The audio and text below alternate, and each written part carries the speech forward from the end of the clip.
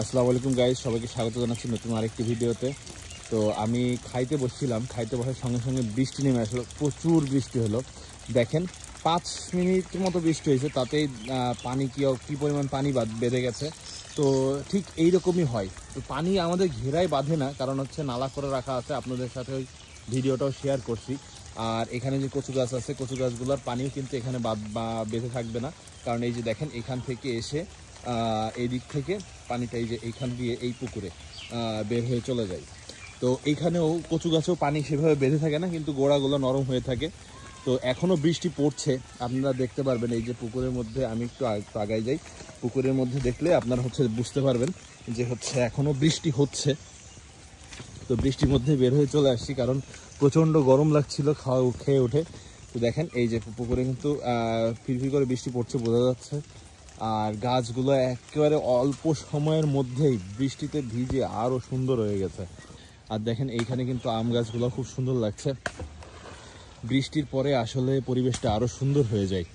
আপনারা দেখলেই বুঝতে পারবেন, গ্রামীণ পরিবেশ বৃষ্টির সময় অনেক সুন্দর হয়। আর এখান থেকে যে ক্যানালে আমরা মাঝে মধ্যে হাঁটতে যাই, এখানে কিন্তু এই ক্যানাল দিয়ে আমরা হাঁটি, ঘুরি।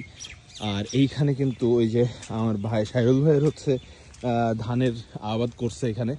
তো এই যে দেখেন, আপনারা এখানেও দেখছেন হয়তো বা, যে পানি বের হয়ে যায়, অতিরিক্ত পানি হয়ে গেলে এখান থেকে বের করে দিই। আবার যখন পানি কমে যায়, তখন ক্যানালে যদি পানি থাকে, এখান থেকে আবার এই পানিটা ঢোকাই দিই আমাদের পুকুরের মধ্যে।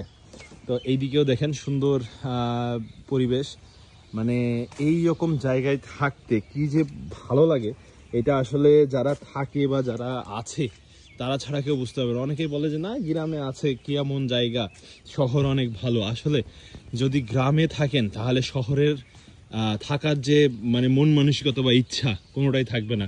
কারণ আমি এর আগে গ্রামেও থাকছি, শহরেও থাকছি, মফস্বলেও থাকছি। গ্রামের মতো এত মজা, আরাম, ভালো লাগা কোথাও নাই।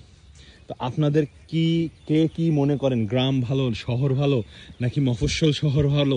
অবশ্যই কমেন্ট করে জানাবেন। আপনাদের কমেন্টের অপেক্ষায় আমি থাকব।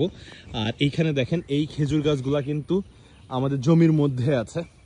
তো ইনশাল্লাহ এই খেজুর গাছ এবার শীতে এই খেজুর গাছে রস কাটবো আমরা নিজেরাই।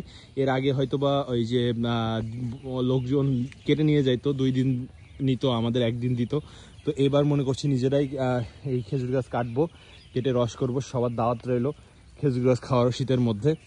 আর এই যে দেখেন, এই জায়গাগুলো কিন্তু অনেক সুন্দর লাগছে, এই পরিবেশ অসাধারণ। এই যে এইদিকে কিন্তু মেঘ আছে, প্রচুর মেঘ হয়ে আছে, প্রচুর বৃষ্টি হলো।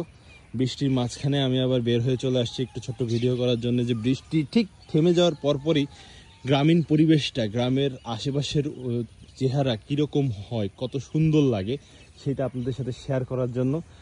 তো আজকে এই বৃষ্টি পরবর্তী গ্রামের চিত্র দেখে আপনাদের কার কেমন লাগলো অবশ্যই কমেন্ট করে জানাবেন। ভালো লাগলে লাইক এবং শেয়ার করে দিবেন। আজকের মতো বিদায় নিচ্ছি, আল্লাহ হাফেজ, বাই বাই।